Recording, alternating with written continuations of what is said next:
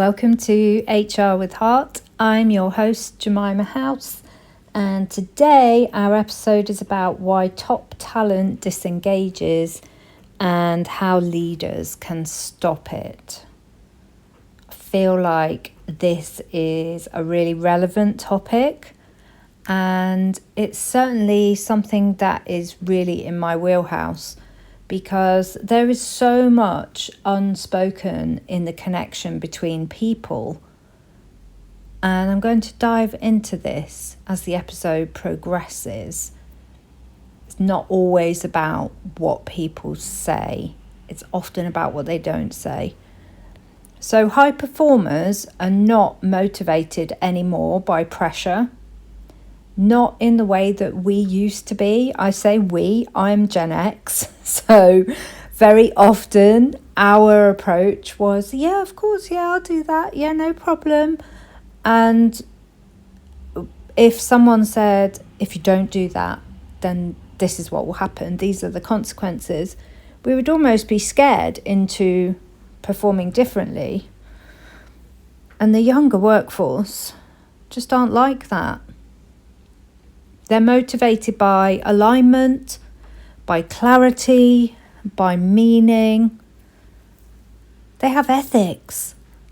And they're not as afraid to express themselves. This is the shift that many organisations still underestimate. So Gen Z and younger millennials have standards and boundaries that aren't performative. They expect emotional intelligence from their leaders. They expect communication that's clean and direct and human. And they're not willing to sacrifice their well-being for a badge of loyalty that no longer protects them. I mean, when you put it like this, it seems very clear. So when a high performer begins to pull back, it's rarely about their workload or their competence. It's about the emotional climate. It's about unclear expectations. It's about feeling unseen or under-supported or out of alignment with the culture. And this is where the drift begins. And unless a leader spots the early signs, the organisation only realises what's happened when a resignation letter comes in. Today I want to explore these early shifts, the kind that are easy to miss, and to be quite specific about what emotionally intelligent leadership actually looks like, especially when it's a priority to retain your best people. So the first part of this is really about why high performers drift. And it's about alignment. So high performers feel it in their bodies long before they say it with their words. I mean, like I said, I'm Gen X. I know this from my children who are in their 20s. This is certainly true for them.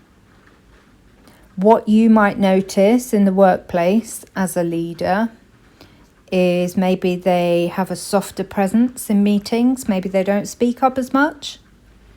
Maybe there's a bit less depth in their contributions. Maybe there is just a sense that they're keeping their full energy to themselves. Maybe their engagement is a bit more surface level. So none of this is about laziness, but you knew that. It's a protective recalibration. So their system is pulling back because something in the environment is a mismatch. It's not supporting them anymore. High performers often carry emotional labour that nobody tracks. They're sensitive. They anticipate issues. They stabilise the tension that is around them that they didn't create. They support their colleagues. They hold responsibility for the unspoken dynamics of the team. And when the emotional load outweighs the support that they're receiving, that's when the drift begins. I mean, if you take this into your own experience, it's very, very easy to understand. When you don't feel appreciated or supported, it does zap your energy. So this is the layer that's often hidden, and it's about emotional intelligence again, but also about intuitive leadership. And this is one of my main pillars of the coherent leadership system. It's feminine leadership, and that doesn't mean it's just for women. It means the traits of feminine energy take the fore. So this is where emotional intelligence becomes essential. Not all leaders will notice these early shifts. And I want to put this across now without starting a gender war, because that's not my intention. However, there is truth that emotional intelligence is unevenly developed inside organisations, and that unevenness creates hidden pressure points. Lots of women develop intuition, emotional intelligence early in their life because of how they've been conditioned. They read relational signals, they manage the emotional climate, they sense subtle changes long before anybody else. And I will say that this is very often for survival. So a combination of survival and conditioning means that mainly women are actually just better at this naturally. Men can absolutely develop this capacity, but they're not always socially encouraged to do so, which means that they often receive the relational signals too late. You've all heard the one that, the divorce came out of nowhere. And it's a husband and wife where the husband has been oblivious to the signals that the wife has been chucking out for weeks, months, maybe years. And this is not to have a go at men at all.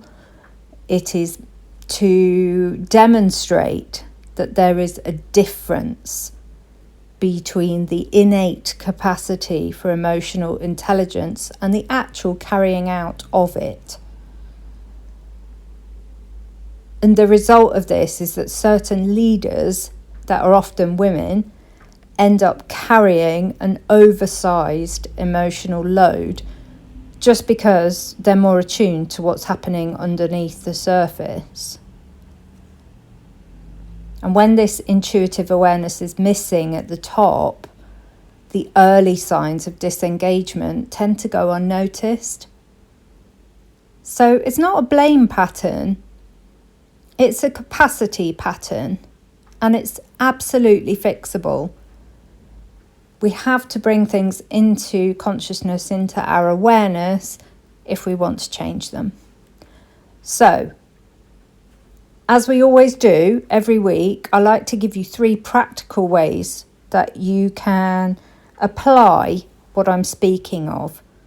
The first one is about creating clarity. Now, through all of my work, this has always been a priority. Creating clarity that reduces emotional load.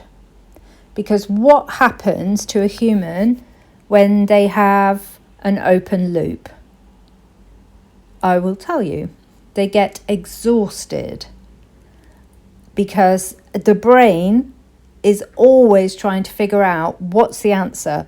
How do I close this loop? Ambiguity drains high performers more than workload ever will.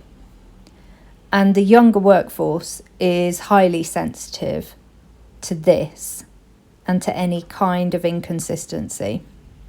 So, your first tip is this. Try running a weekly 10-minute direction reset using these 3 questions. Number 1, what are the actual priorities this week? Number 2, what feels confusing, inconsistent, or friction heavy? Number 3, how could I support you to work with more ease this week? Now, I highly recommend that this is a one-on-one conversation. I just feel that it's easier for most people to be honest and truthful if they don't have an audience. But this is really emotional intelligence in action, because you're speaking the things that are underneath the surface. You're reducing the cognitive load, you're stabilizing expectations, and you're anchoring alignment. You're saying that this is important to me, you are important to me. Number 2 of your practical tips, actively protect their capacity. High performers frequently carry invisible emotional labour, becoming the unofficial stabilizers of the team. Now, this is going to be beneficial to you until it's not, because it's not sustainable. Try this.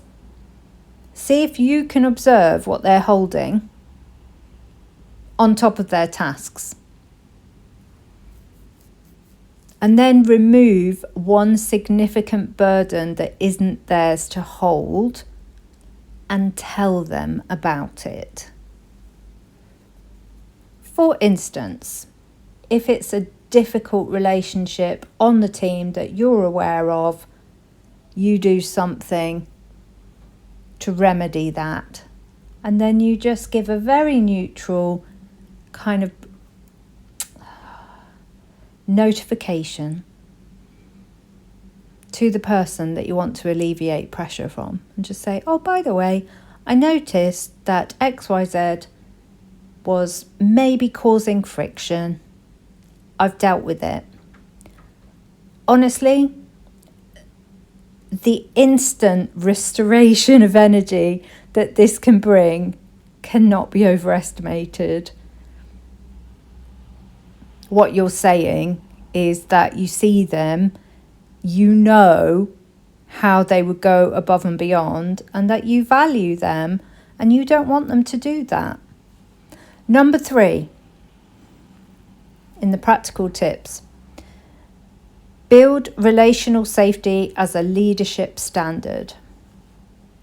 High performers do not need enthusiasm. Oh my God. Like, nobody needs the kind of, how do I say it? Is it jingoistic? I don't know. To me, it seems very American, this kind of fake enthusiasm that is meant to encourage people, but actually everyone can tell it's fake. No one needs that. But specifically, these younger people that we're speaking of, they need leaders who can hold honest conversations without getting defensive. They need steadiness. So try this one. Hold a monthly relational check-in that is not tied in any way to your KPIs. Some questions that you might want to use as inspiration are: what feels heavy right now? Where do you need more support? What would make this role more sustainable for you?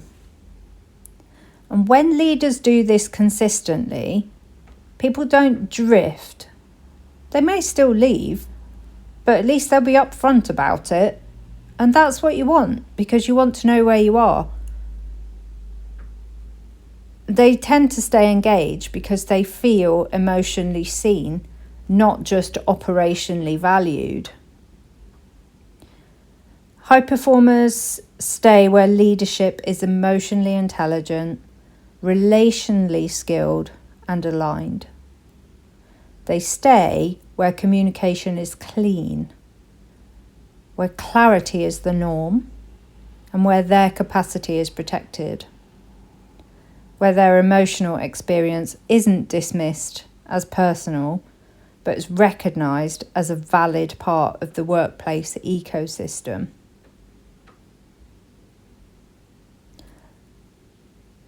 So it is actually strategic to develop emotional intelligence. It's a retention tool. It's also a performance driver. And it is the foundation of the ease-driven, human-led organisations that this generation expects. When leaders strengthen this capacity, they don't just retain talent, they create a place where people want to stay because it supports them as humans. So, I always talk about this in private coaching, creating the conditions. As a leadership team, that is part of your role, creating the conditions where people want to be. And emotional intelligence is a huge part of this. I realise this is a longer episode than usual. I hope you found something in here for you. Please feel free to drop your comments and please subscribe on whatever channel you're listening and do share if you feel like this is helpful. I'll see you next time next week. Bye for now.